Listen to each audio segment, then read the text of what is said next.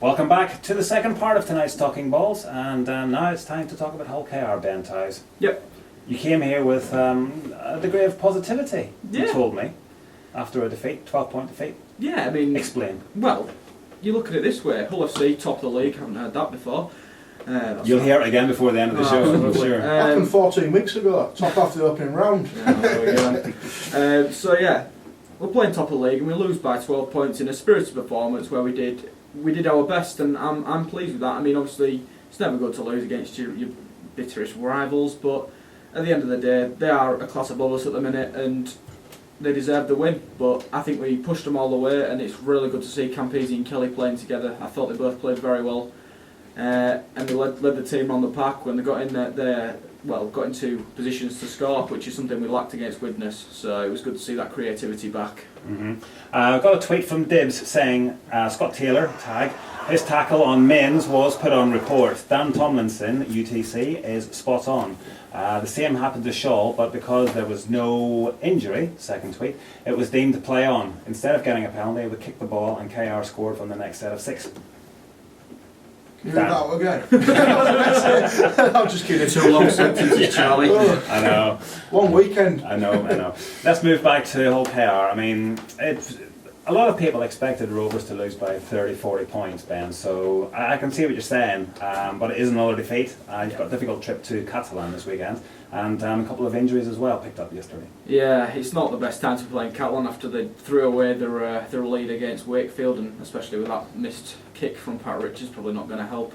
He's going to be on top form, I can see that coming, and it's going to be a difficult trip. It's never easy going to the south of France, but it's just going to make everything worse, with them losing to Wakefield.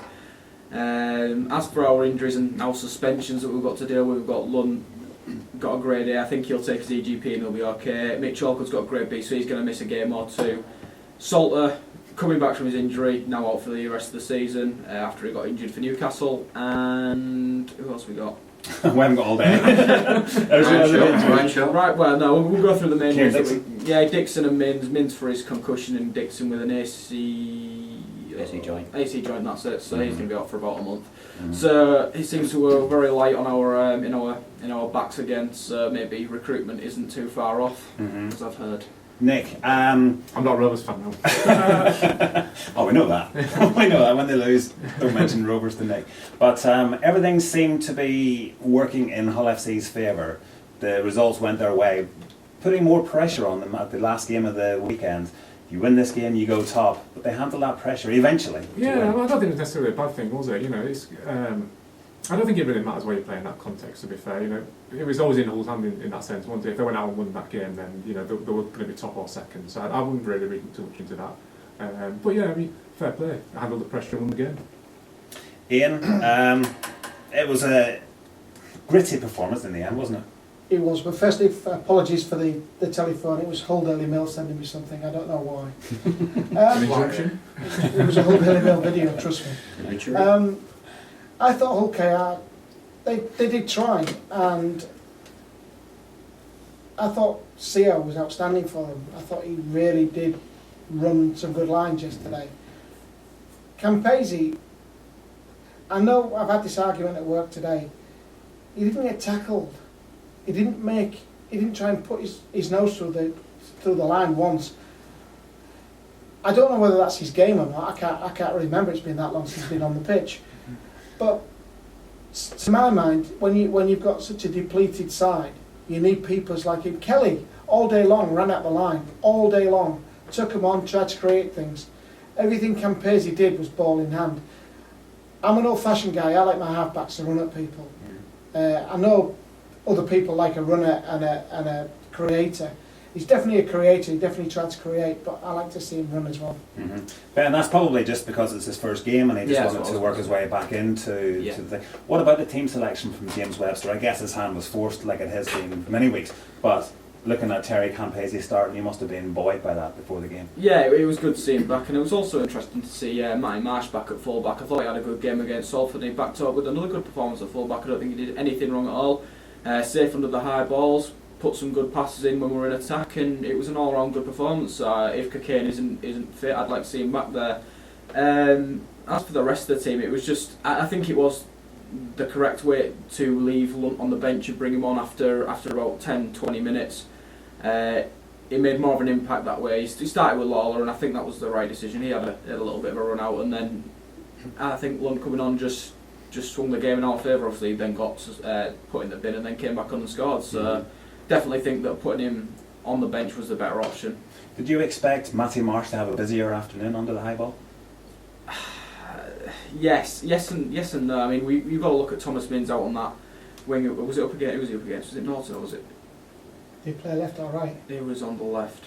Norton. Norton, yeah. Yeah, well, you look at Norton. He's a good player, and he's just. And when you've got Thomas Mins playing out of position, it's always going to be a difficult challenge for him to stop Norton when he's in the form he's in as well. So that's why I think they were sort of targeting Marsh for high balls and then putting crossfield kicks to Mins. Sorry, go on.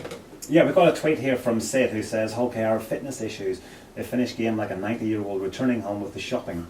Which brings me on to a point, Sean. I'm not 90 years old. Well, you look it. How important is the role of Paul Hatton at Hull FC, do you think? It's been immense this season, hasn't it? We tend to start games slowly, but that's obviously we're just working up ahead of steam, and we're finishing extremely strongly, as you can see.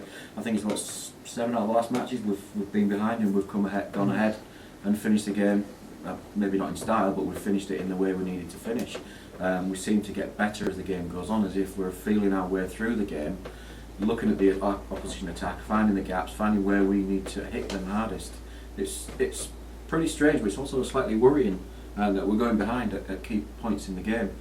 We shouldn't have leaked 16 points yesterday. We were not that bad that we leaked 16 points in such a short period of time. I know a couple of them with penalty kicks and things like that, which that's not pleasing either, the discipline. But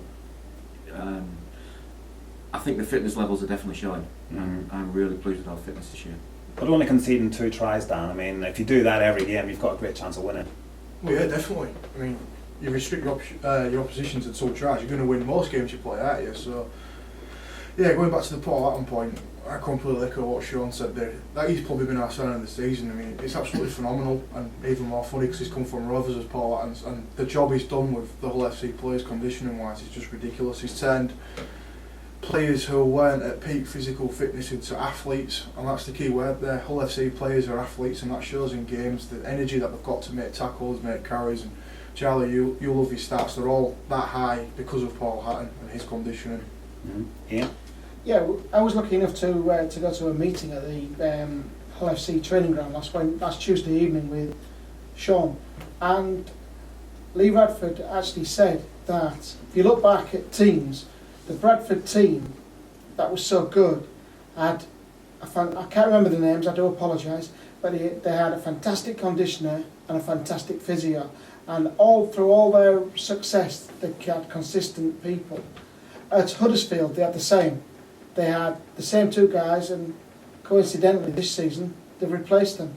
Look how they struggled for injuries this season. Look how they struggled. They're coming back now. Don't get me wrong. I thought Huddersfield were very, very good yesterday, but it's in no short measure that the performances of teams is definitely tailored to how good your conditioning is. Sean? I don't think actually Rovers' fitness was that telling yesterday, because they just moved away from whatever plan they had. And they just seemed to throw the ball around willy-nilly, and nobody had any structure or position. They lost the shape completely towards the end of the game.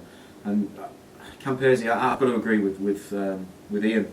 I like a half-back to run at the line to try and find the gaps, to put his nose through, to send someone through a gap if he needs to get there. Quick offload. 9 times out of 10 they go forward. But I personally thought that he controlled it really well, but he didn't actually get involved in the game. Kicking was fairly good, but we handled it and dealt with it quite well. And I know you like stats, Charlie, but did you know that yesterday, Terry Campese, that was his 80th consecutive minute? Very. And on the subject of Terry Campese, there was an incident during the game where him and Jamie Shaw squared up to each other. I guess that was born out of frustration. Ben, what did you make of the tactics from Hull KR? I think I said it earlier, but I think it was just what we needed to do. We needed to get in Hull FC's faces if we had any chance of getting anything from the game. It was the plan was to get in their faces and stop their game basically, and it almost worked up until the 60th minute where, like you said, Hull FC started to realise that they just need to play their own game and not worry about what we're doing. But yeah, I don't think it was too malicious. It's not. You see Catalan doing things like that every single week. It's not like we're a dirty team in that respect. I think we had to do it because we had no other choice. Yeah. But I honestly believe Catalan are a dirty team. I agree. Dave Taylor is appalling. Yeah. Again, he's been put on report, and again he's got away.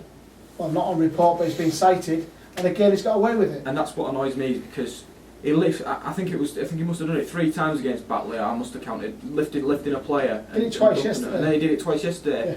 Now, I'm not saying that the Lunt and Carney decisions aren't fair, but if them two are going to get charged, why isn't Taylor? Because he does it every single week and he gets away with it. Some people might disagree with me, but I think it's just the RFL looking after them top teams again. I just think it's unfair and it's just ridiculous. What did you think when Hull KR went 16-10 up? I wasn't too. I'm trying to think of the word here. It was good, but we know very well that we struggled to hold on to close leads, as we found out obviously against Hull FC and other teams in recent weeks. So it was good, but we knew we would have had to have continued on our top form and just continue what we were doing to keep FC out. And I still didn't see us winning at that point, I'll be completely honest, even though we had the lead. Dan, was that the try that, it sort of rang the bells for Hull FC and sort of made them realise we've got a chance of losing this game that we shouldn't be? Yeah, and Hull FC got sucked into the game, the exact type of game that they didn't want to get sucked into. Slow, boring, tedious, and when Hull speeded up, when they got that breakaway try to make it 22-16, that's when you know the game was won, because once that game sped up in intensity, there's no way Rovers could live with it. And Ben might disagree, I might sound arrogant because we won against our biggest rivals again, but there's a complete different golfing class in them two sides yesterday. One turned up and didn't want to play rugby, just as I say, slow it down, and the other Hull wanted to play rugby, and in the end that told. I mean, you look at the last 2 tries, Hull scored absolutely outstanding. What about the we've heard today, the disciplinary? Rovers don't have the players to replace them, do they, Ben? Replace London, Ovid? Yeah. No, we've just got to hope Bedes was back soon, or else it's going to be Lawler doing 80 minutes game like he did at the start of the year, which is not a bad thing, don't get me wrong. I think Lawler's a cracking player, but I just think we look a lot better with Lunt and Bedesba switching roles. Lunt's impact's just brilliant. You saw it yesterday, you saw it last week as well. Hopefully we'll take his EGP if it is a 1-game ban and he'll be back for the Catalan game with no missed games, but we've just got to hope. We know what the RFL are like for their inconsistencies. Nick, it's not an easy task, is it? You've got a derby on a Sunday and then you fly to France this weekend. No, but I mean other teams have done it, haven't they? It's just the way the fixtures fall into it. So Rovers are up against that in terms of injuries and stuff, but you've got to take the positives and look at Campese coming back in, Kelly sort of striking a bit of form again alongside him. So yeah, it's going to be incredibly tough. You wouldn't fancy Rovers to get anything there, but you never know. We might just do Hull FC a favour. We now, yeah, we're now we. Okay. Join us after this break and find out if Nick is still a Hull KR fan.